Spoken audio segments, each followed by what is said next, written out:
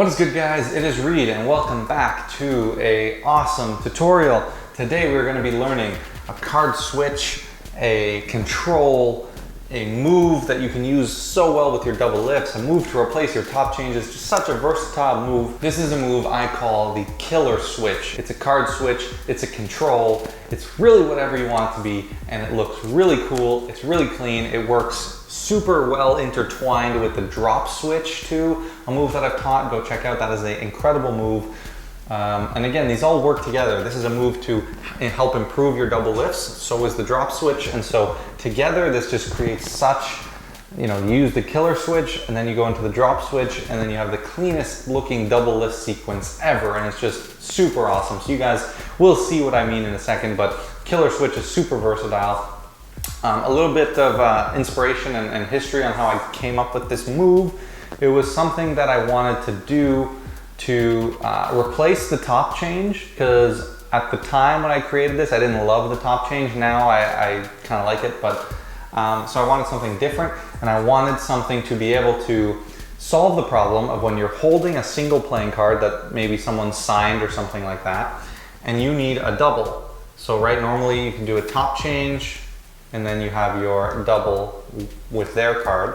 But again, I didn't want to use the top change, I didn't like it, and I know a lot of people do not like the top change and they're worried about it, so this is the move for you because it totally replaces that. It allows you to turn a single card into a double, and then you can do whatever you want. So again, it was going to be called kill switch because there is a wrist kill motion that you have to do at one point, so it's going to be called kill switch, but I know Madison has a move called the kill switch, so I settled on the killer switch. So without any further ado, let me show you the killer switch. So we'll have a card selected. I'll leave that on top of the deck. I'll show you it one last time so you can really keep your eye on it. You can see that go cleanly into the middle of the deck and jumps to the top of the deck. It's time for some exposure on the killer switch. We will have a card selected. It is the Jack of Spades. We'll leave that on top of the deck. I'll show you it one last time. Pick it up. Take the card. Leave it inside the middle of the deck. And it comes right back to the top. So time for the breakdown. So as you can see, the killer switch is a simple yet versatile move that is very well justified and can be used in all kinds of scenarios as a switch, a control, whatever you want it to be. It's a very simple concept. It's essentially the replacement for the top change. Okay? It's easier. There's no sort of weird moment where you have to kind of cover the action and stuff. But again, there's a lot of nice justifications for the top change. If you want to work on your top change, go check out my video. But this is a nice, easy move that can replace it, and you can actually achieve some really nice visual retention with this move. So the killer switch got its name from the kill, the wrist kill that you do, and there's a very important reason for that that I will get into now. So first step, you have a card selected however you want, right? The purpose of this is to be able to have the card handled by the spectator, have them sign it, and have them hand you back a single playing card and execute a very nonchalant quick switch. So as they're doing whatever they're doing, you need to kill your wrist and pull back with your thumb about 1/4 to 1/2 inch. Okay, you can see kind of how far I have that there. So you need enough of a lip to be able to slide that card underneath into, and as you get better at this, you can reduce the size of that. But for me, I do it about that much, so 1/4 to 1/2 inch sort of thing. And it's very subtle. As they're looking at the card, you kill the wrist and you pull it back. Again, if you're using this as a control for the camera, as you show the card, you just kill and you pull this back, because you don't want them to see this motion, right? Then, as you take the card from them, you're placing it on as you're tilting the deck forward. So you want to do this in one smooth motion, right? You don't want to go like this. It's kind of weird, right? You don't necessarily want to go like this either. So you flash it. So it's just kind of bringing the hands together and you place that on top. It's nice to keep it out jogged. They can follow the card easily, and it doesn't make it feel like anything sneaky happens. So you just come and you out jog that card, you put it right on about halfway, right? Halfway off, halfway on. This has a nice sort of moment here where if you look at the deck from the side, there's the card sticking off and the card here, but from the top, you can't tell that this card is back jogged at all. It just looks like the entire deck is back here, even though there's a little lip here. So now you're going to show them their card one last time, and you're kind of mimicking just doing this, but what you're doing as you're coming up, you're actually pulling it out a little bit more so they can actually see basically the entire card. But what you're doing is you're pulling it up and off to the side just until that corner clears, so you can slide it back underneath. Now you could just do this straight, but you're going to find it more difficult to get under. So I highly recommend grabbing the pipped corner. So when it's facing you, it's going to be the right corner. And you're pulling and angling the card out like this, and then you get this corner to pry up underneath here, and that becomes a bit easier. Another tip, you can squeeze the top of the deck and make a little opening like that. So as you come here, you just squeeze, and now you have a nice opening. So as you're coming up, you do this, and you just slide that corner underneath. Now you do not want to take the card away from the deck. That kind of breaks the illusion, right? If the card never leaves the deck, it's theoretically impossible to get it underneath the top card if everything's squared up, right? It's impossible. And so because we're creating that illusion that everything's squared from this top view, there's no way that that card can be put behind another card, right? But they don't know about the little in-jog. So I lift up, go like this. Now there are a couple justifications here.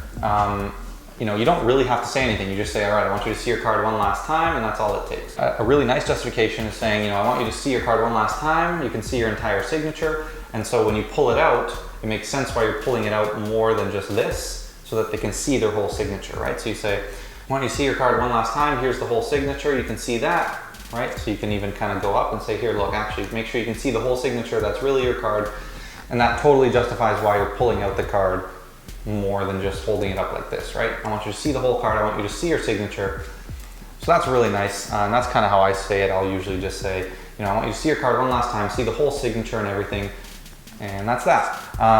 The other thing you could say that's kind of fun that I like to do is as I do this and I put the card on top, I'll say, would you believe me if I switched your card already? And they'll say no, right? They'll always say no because you just do this. Would you believe me? And you'd be like, yeah, see, I haven't quite switched it yet. Then you have a nice justification to bring it up and show them and execute the move. So that's the move. Now you're in this position where you've slipped the card back here and you want to kind of square it up at this point, right? So you lift, angle.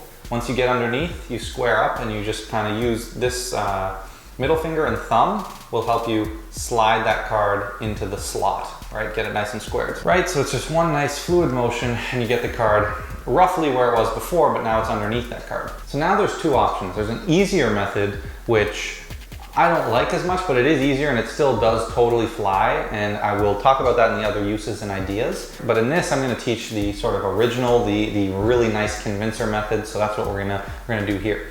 What you're gonna do is, as you've squared this up, you're gonna put the fingers on the front and sort of go into a biddle grip position. And you're just lining everything up, right?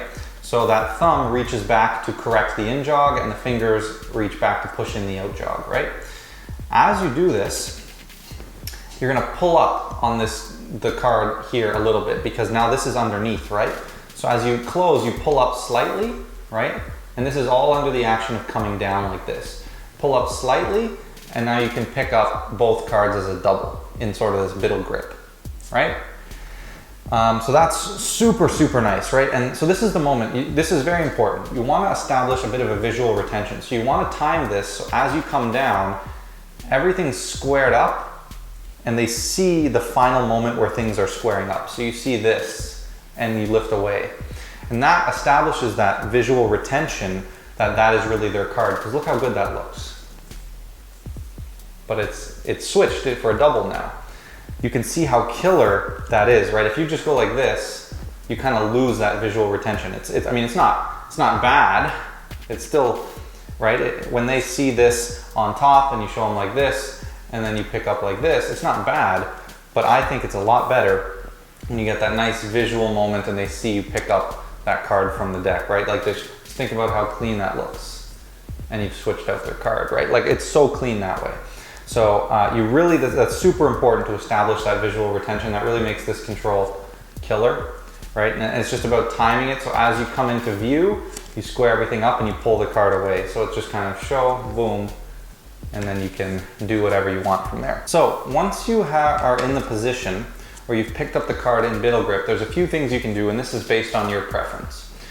So if you want to get it into a regular sort of double lift position, you just do the Stuart Gordon and you kind of flip it over this way, right? So that you're just moving the thumb along the face as you come forward, right? So you're in middle grip and you go like this and you come forward, and then you can place that on top of the deck if you want. How I would recommend this though, and what's even stronger, and this is why these two are a perfect combo move, the killer switch and the drop switch, because they flow so well in together. So if you haven't seen the drop switch video, make sure you check it out. It is an amazing switch that will make your double lift so much better. So the drop switch aims to solve when you have a double away from the deck. So many magicians, and I mean I used to do this all the time too, you'll put the card back on the deck just to pick it up and put it in the middle.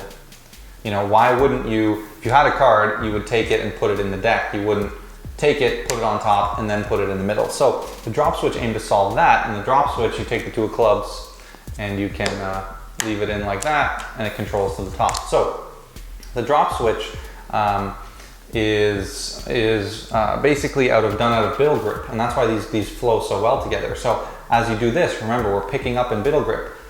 So it's really nice to transition straight from that pickup into the drop switch, and like everything's so justified. So you would kind of say, you know, you leave their card on the top, you say, look, I want you to see it one last time, see the whole signature.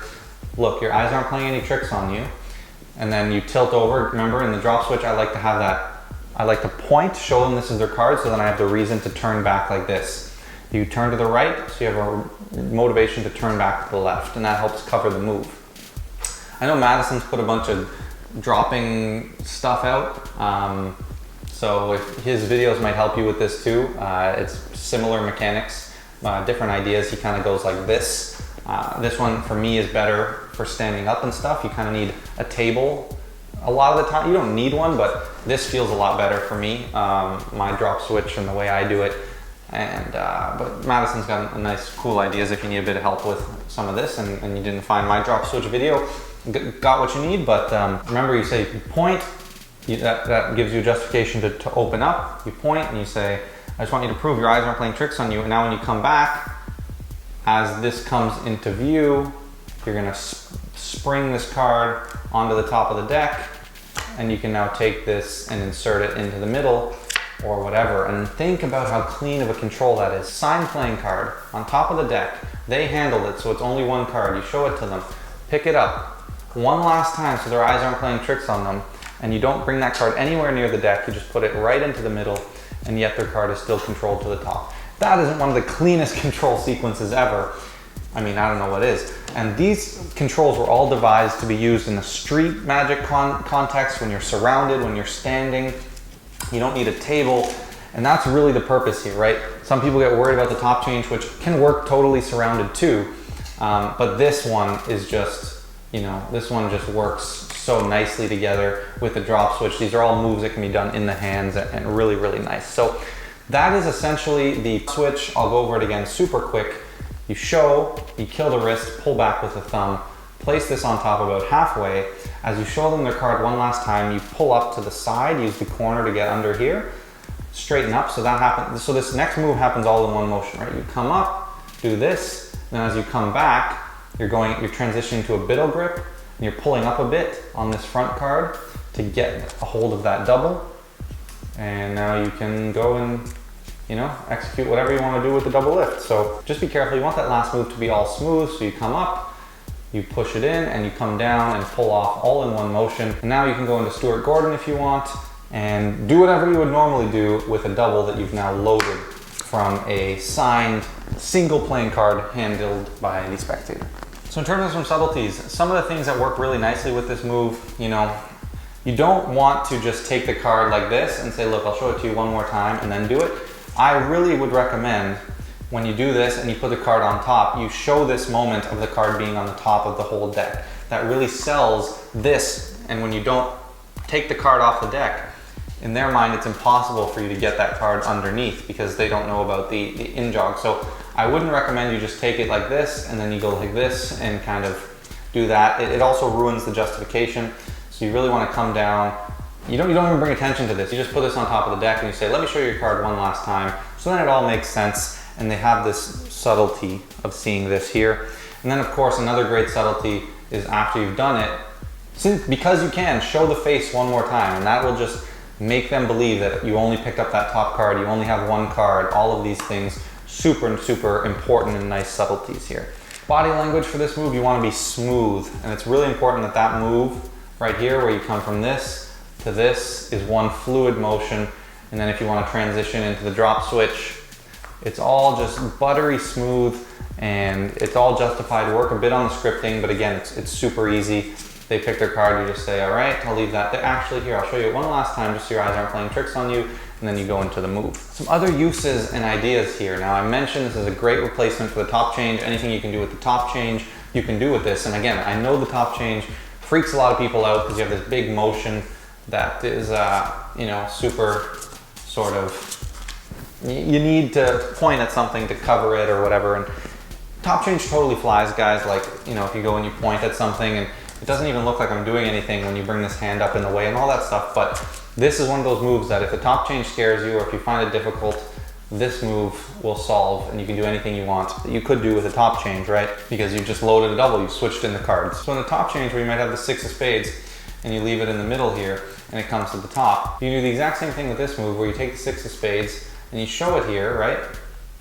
Then you take it and you leave it in the middle of the deck and it comes back to the top. So again, anything you can do with the top change, you can do with that. And I highly recommend finding that chemistry with the drop switch, because the fact that you pick this up into middle grip and you go straight into the drop switch is just such a clean sequence. And that's really, I think these two moves shine together. So the other way that I mentioned, there's a bit of an easier way to do this. You lose one of the subtleties, but it does, you know, solve a bit of an issue if you're struggling. So the hardest part of this for me is cleanly, when you come down, being able to pick up those 2 cards.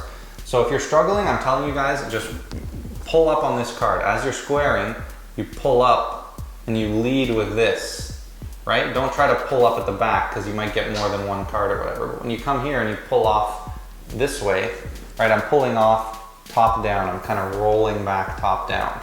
That'll make sure that you only get those 2 cards. But another way, that it still looks really nice. You have another visual retention. You come here and you just come here and you square everything up on top of the deck. And then you can take that card, put it in the middle, and it comes back to the top. And that works nicely because, again, of this nice subtlety where they see the card on top, you show it to them one last time, square everything up, push it in the middle, and then it comes back to the top, right? And there, again, you want that visual retention just at the last moment when you're squaring everything up.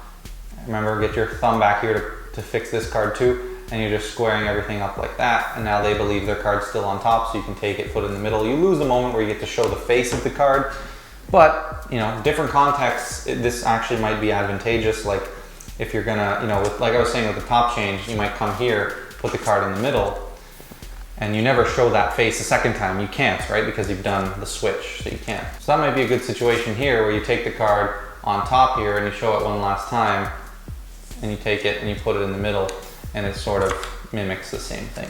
All right, guys, so that is Killer Switch. I hope you love the Killer Switch. It is so versatile. It can do anything. Literally control, switch. Such a clean move, and especially with that drop switch, guys, don't underestimate how powerful that is. You will, like, mind-blowing control. And like it can because it can replace the top change, it's so versatile. It's great for your stand-up walk around. It's a real simple, easy, but deceptive move, and I absolutely love it. So that is the Killer Switch. I hope you guys love it as much as I do. I want to welcome the new subscribers. This is a lot of the style of the new videos that'll be coming out. We're getting into a lot of my own original new material that you guys won't have seen on YouTube before. So, you know, stick around. Because we got a lot of great stuff coming. Some real great stuff that you don't want to miss. Filming a bunch of tutorials right now, so I still got a few more awesome ones to film. If you make it this far, guys, I would love to know what you think of the Killer Switch. So leave me a comment down below. I'd love to hear it. And yeah, with all that said, guys, thanks so much for the support, the subscribing, all that good stuff.